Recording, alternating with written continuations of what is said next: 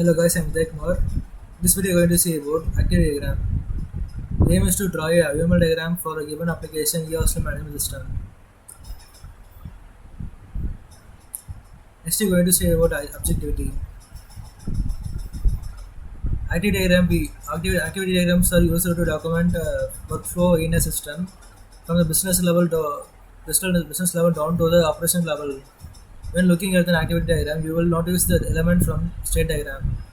In fact, the activity diagram is a variation of the state diagram where the state represent operation and the transition represent the activity that happens when the operation is operated.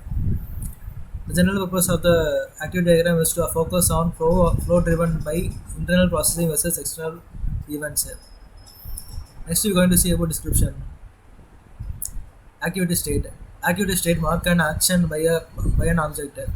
The notation for this state are rounded rectangles. The same notation is found in the state chart diagram. Transition. When an activity state is completed, the processing moves to another activity state. Transition are used to mark this movement. Transition are modeled using arrows. Swim lane.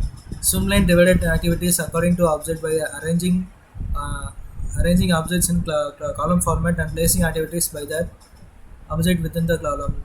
Object are listed at the top of the column, and vertical bar separate the columns to form the swim lanes. Next, initial state. The initial state marks the entry point and initial activity state. The notation for the initial state is the same as the state chart diagram as a solid circle. They can only be one initial state on the diagram. Final state. Final state mark the end of the modeled workflow.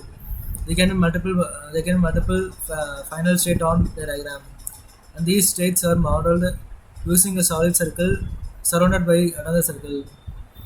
Synchronization bar. Activities often can be done in parallel. To split processing, fork or to resume processing them when multiple activities have been completed. Synchronization bar are used. These are modeled as solid triangles with multiple transition going in or out. Scenario of the application. The application is a hostel management system. The existing hostel management is manual system. Manual system is prone to error. It is time consuming and difficult to research for a hostel. Most of the hostel management are not having any existing fully computerized system. To avoid this kind of problem, hostel management system is introduced.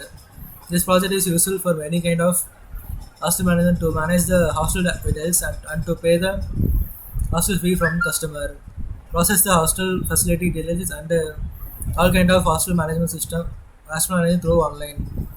Customer can apply and view their hostel details. The main objective of the application is to automate all the possible functionalities of hostel and provide the online hostel service to customer. Using this system, agents and customer can know details about present details and the terms and conditions, etc. The system is convenient and flexible to the user. It saves the time, effort, and money and resource. User friendliness is provided in the application with the various control provided by the system in which user interface. Next, activity diagram for the application. The initial state and the user login, and after the user login, you go into authentication. If the authentication is valid, it will go to the fork. If it's invalid, it will go to user login again, and will check the authentication and will check if it's valid, it will go to the fork. And the hostel details it will add details and delete details and to update details. And same as for bed details, room details, and rent details and royalty details. And the result, the activity diagram for the given application and hostel management system is done and verified. Thanks. That's all, guys. Thank you.